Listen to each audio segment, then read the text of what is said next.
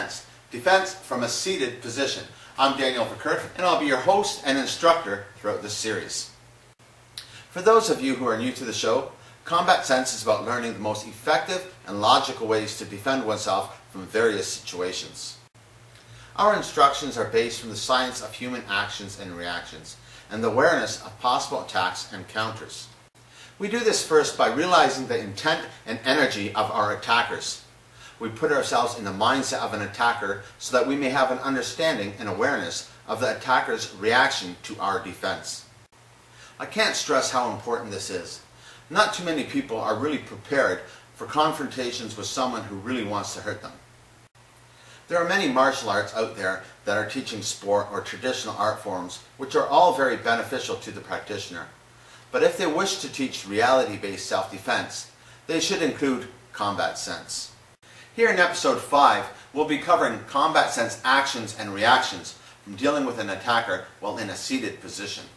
In this situation, you may find yourself sitting at a bar and somebody come up to you and with a confrontation to attack you, or maybe it might not seem so, but they're sort of aggravating you and it just gives you an uneasy feeling at the time. So some of the things you have to be aware of. If you are sitting down and somebody comes up behind you and they might be, "Hey, how's it going, buddy? How's it going?" They might be chumming up to you like this and being a bit abrasive in some situations. Now, one of the most vulnerable points that you can get into is when you go to stand up. So if I'm in this position and he goes to stand up, at this point in time he has no center of gravity, he has no control. So he really has to be able to move in a manner to avoid my attack or the control that I'm going to have on him. Because sitting down, he doesn't have control of his mobility and strength and stance, which is going to give me a big edge over him. So you really have to be aware that some people will try to take this opportunity to their advantage. Now if the situations were reversed here, and I was sitting down and somebody was coming up to me to try to razz me or something like that, and I'm at a bar, and from this position, instead of going to stand up where I got to utilize my whole center of gravity and come up, what I want to do is I take the same motion that he turns me and I just go with this motion.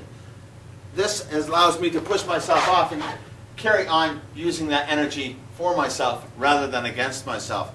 So you really have to be aware, because in the process of going to get up or going to stand down, you have no control, you have no power or no strength. So in this situation again, as he went to grab onto me and I felt his energy coming this way, I'm just going to go with that energy rotating around, which is going to give me an opportunity to get off. So if it happened all at once and he came to grab onto me and I felt his energy and I turned myself around, coming right up and controlling his arm, taking out his leg maybe, coming up. If I wanted to strike him, it depends on the situation. I might not want to strike him. I just might want to take his center of gravity away from him and pull him back in this manner here. Another situation which may happen is somebody could come up behind you and grab you around the neck because they want to control you or take you out. At this situation, if I grab on or I tighten in any way, he's going to pull me right off the seat. So my resistance is going to work against me rather than for me. So if he grabs onto me and pulls me back, I want to go with that energy, coming back around, putting him in this position, or that I could then take him to the ground if I wanted, or just tell him to lay off, or I'm going to light him up.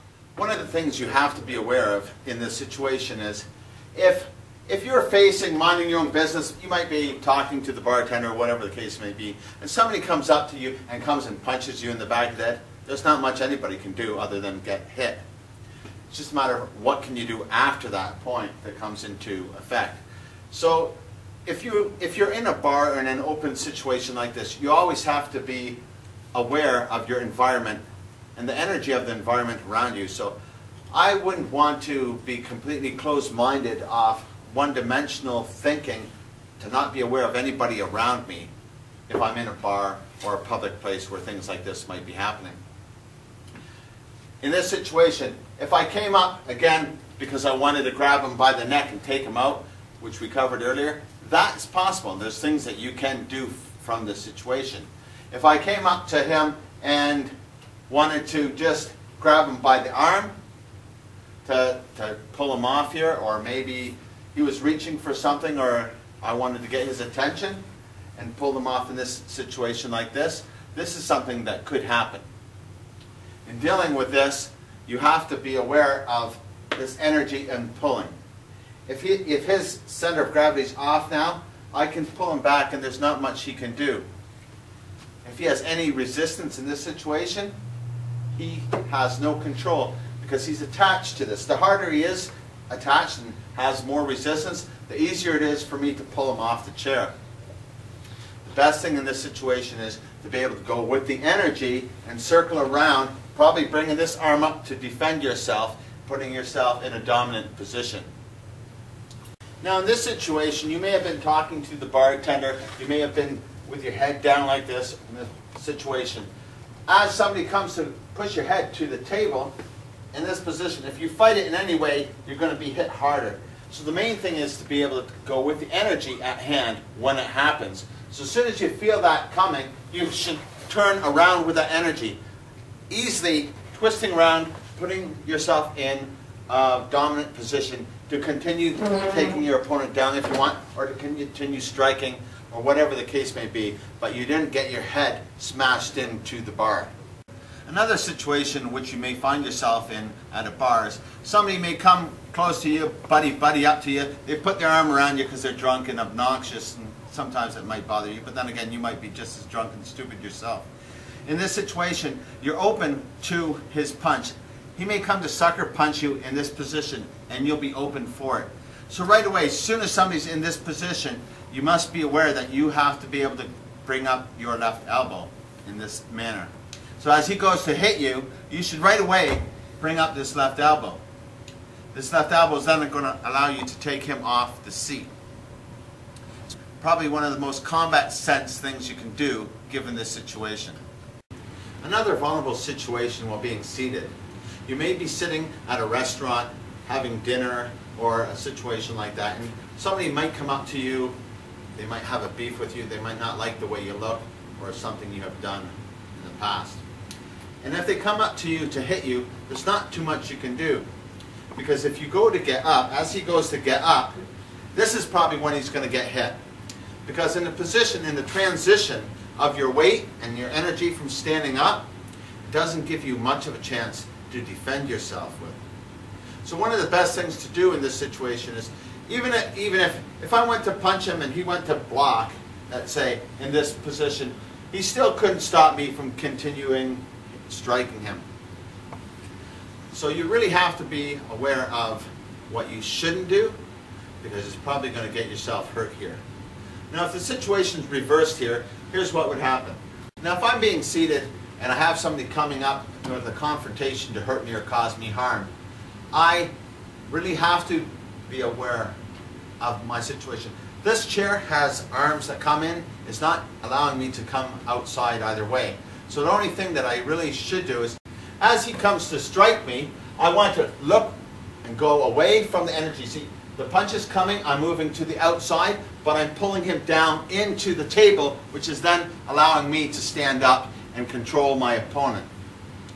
It's most important because if I go to stand up when he's striking me, it's not going to work. If I go to block when he's striking me, I still don't have the mobility to stop him from continuing his attacks. The best thing for me to do, given this situation, which makes combat sense, is to be able to redirect his energy so that he loses his center of gravity and I gain mine. And that is done by, as he comes to strike you, you're moving away, pulling him in the direction that he's coming to strike you, using his body and energy to stand up.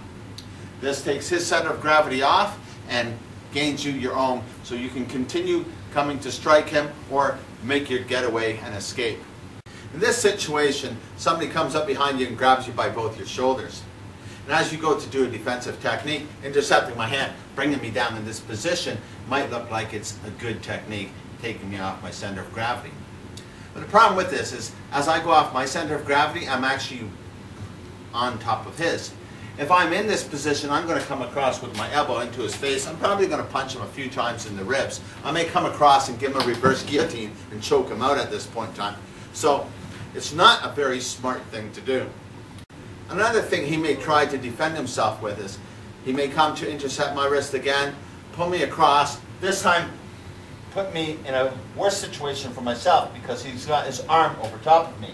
In this situation, he might come to elbow me, and it might seem like it's a decent technique. But then again, I still have control. He doesn't have control. I bend this arm this way in this position. I'm probably going to rotate him, taking him and the chair and knocking him over on the top of his head. Even at this point, I still have his open ribs to do whatever I want to do. He can't do nothing. This hand is caught behind my arm. There's nothing he can do from here. So it's not a very practical thing to do given the situation. As the roles are reversed, I have my attacker come up behind me. He puts both his hands on my shoulder. I may ask him just to push a bit harder because I need a massage in this situation. But it doesn't really matter. What I want to do is if I'm going to take this shoulder, and as I take this shoulder, it's going to lean his center off. I'm going to probably pull him off on this manner here, which again is allowing me to stand up while I push down in this position.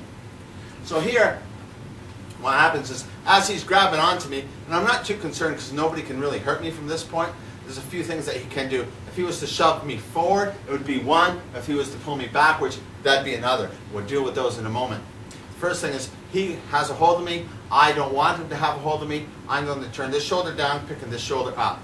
As I do this, I'm going to grab onto this wrist and toss him in this way. I still have full control of my center of gravity. Once I bend him over, I use his resistance to stand up with, putting him in this position. If I wanted to stand out of here or just push him down out of the way, that would work quite well. Now if he was behind me and he was pushing me forward and I felt myself going, then again I'm going to come across in this position. As I'm coming forward, I'm not going to resist it, because if I resist it, he might even pull me backwards on my head. I might lose everything. So as I'm being pushed forward, I'm going with that forward motion, allowing me to stand up with that movement that he's giving me. Now in the situation where he might be pulling me backwards, there's not too much you can do. You're going to go backwards, but you're going to probably want to grab onto him to make sure that he's not going to be over top of you, kicking you in the head while you're down on the ground.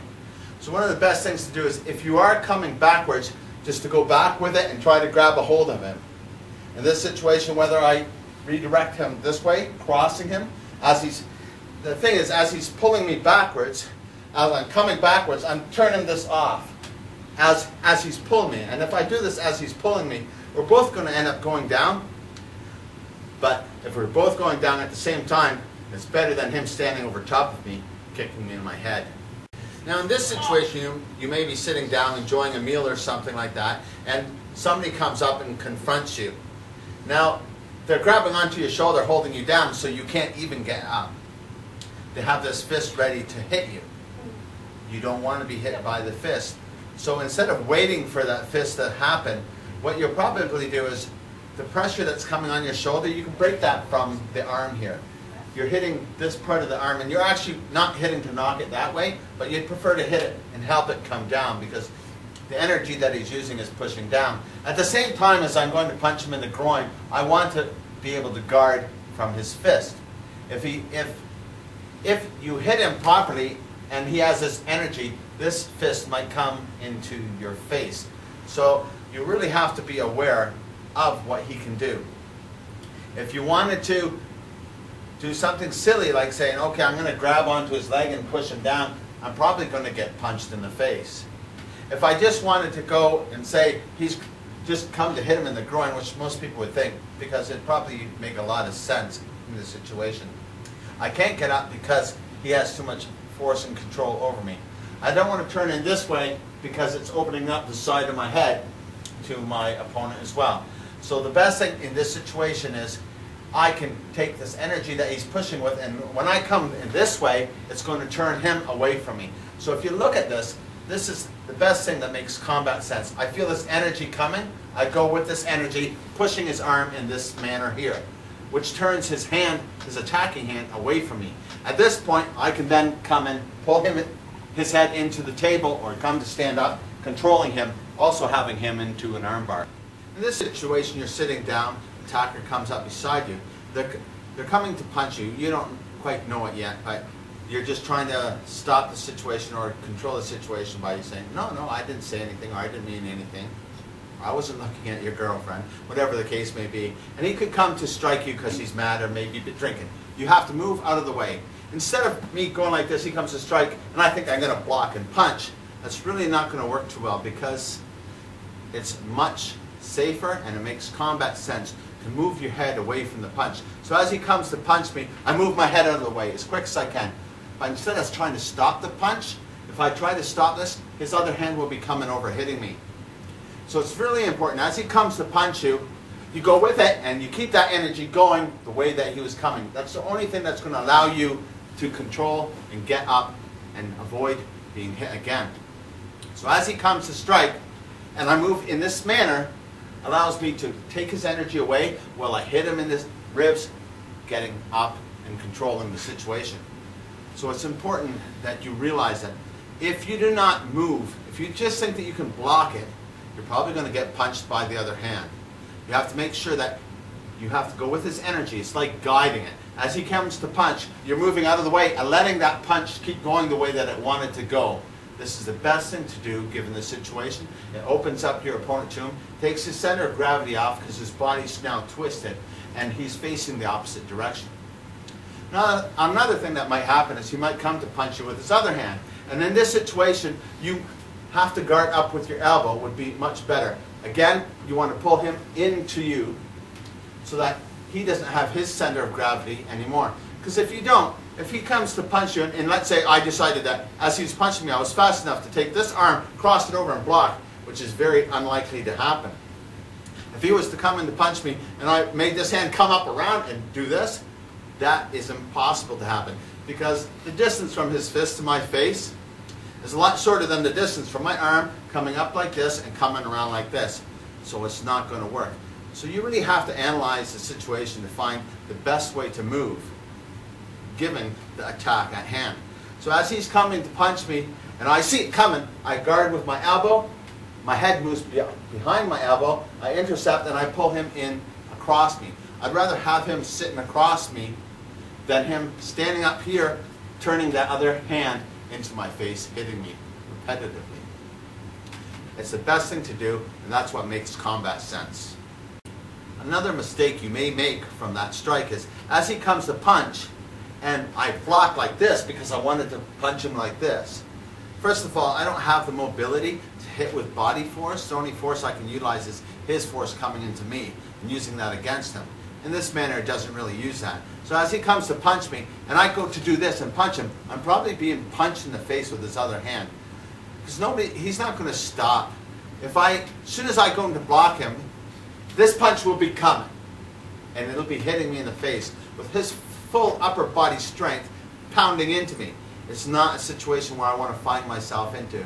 It's one of the reasons you really have to know what to do and what not to do. Because if you make the wrong mistakes, you're going to put yourself in a worse situation than you began in.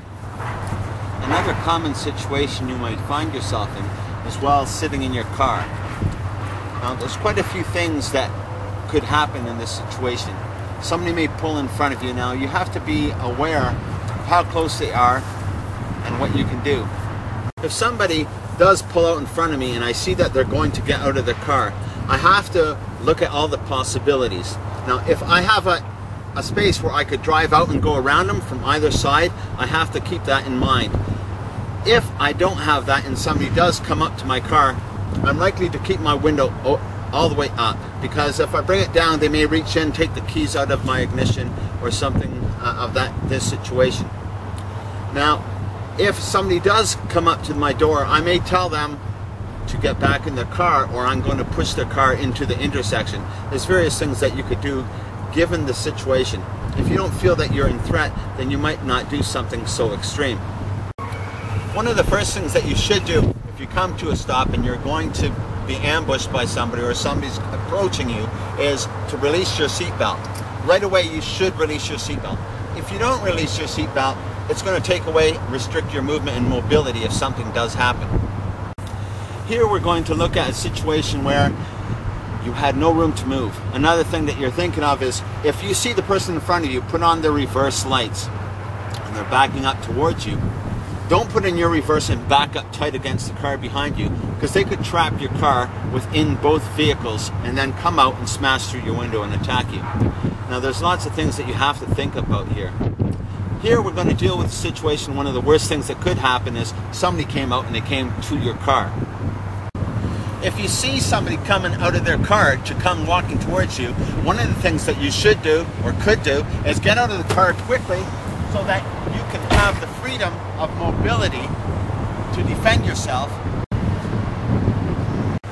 If you are in a confrontation where both you and your attacker came out of the car, make sure that you don't position yourself so that it takes away your mobility, so that you can get pushed up against your car. Because I've seen situations where people have been in trucks, getting out of pickup trucks and stuff like that, and actually got pushed back and had their head snapped up against the truck. So make sure that when you do get out, you give yourself some mobility to move, so that you're back to a normal standing confrontation. If you did not get out of your car, and somebody did come over to your car and smashed in your windows because they're trying to get to you, make sure that you still have it in gear and your foot is on the brake, so you still have the mobility and use of your car.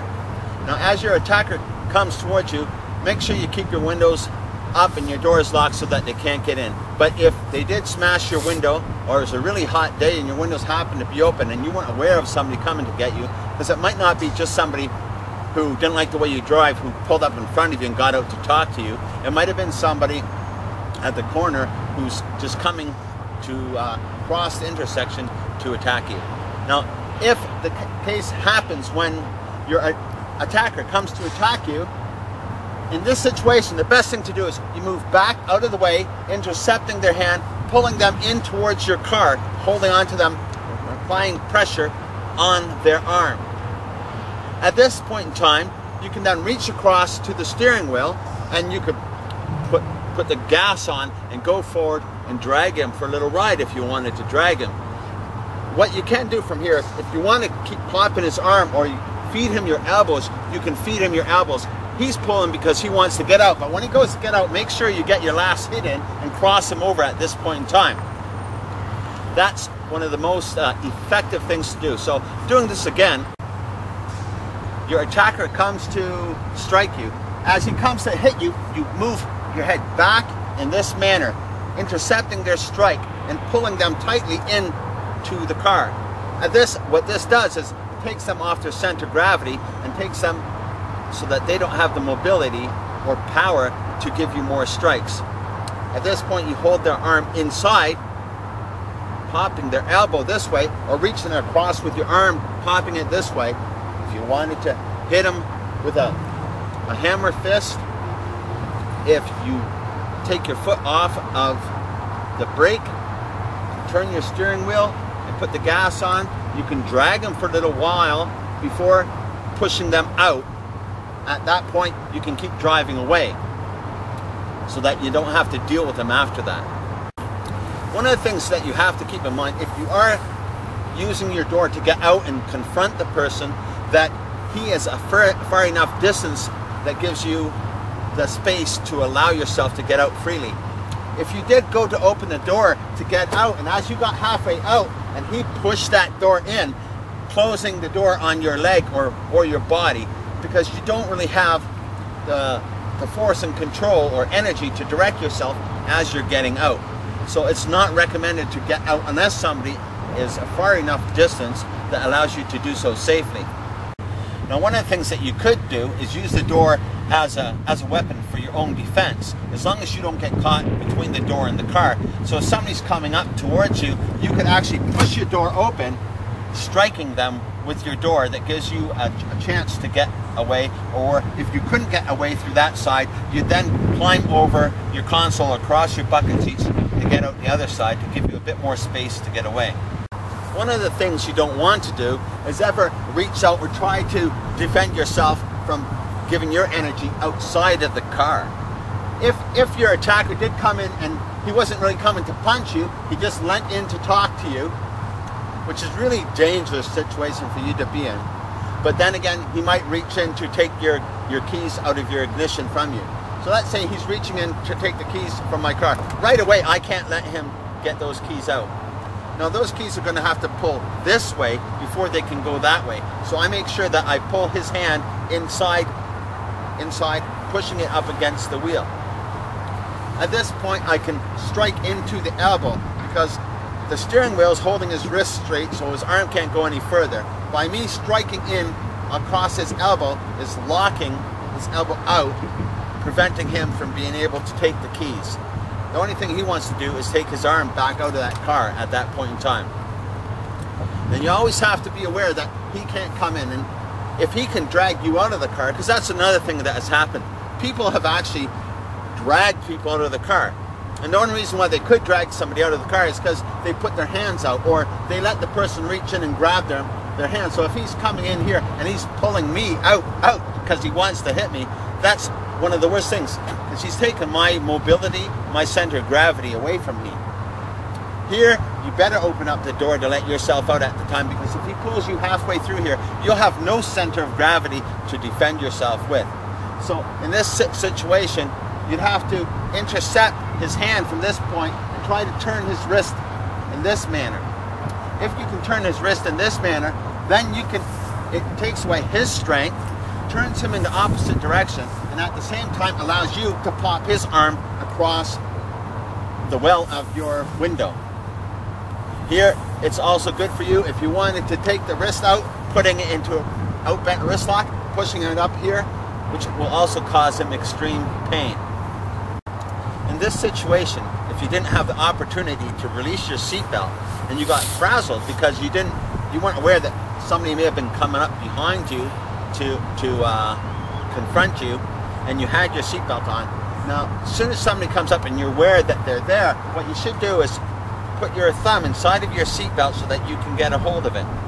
Now, as the person confronting me reaches in, what I can do is use this as a blocking tool for my seatbelt. As he comes in, wrap it around his hand, and then it gives me the control so that I have his hand. If I wish to drive away, I still have it wrapped up inside here. Now, if he reached in and noticed, because he was attacking me or reaching for my keys, as he does come to attack me, and I right away block using my seatbelt at this point in time, when I wrap it around here and I'm pushing up here, it makes it harder for him to withdraw his hand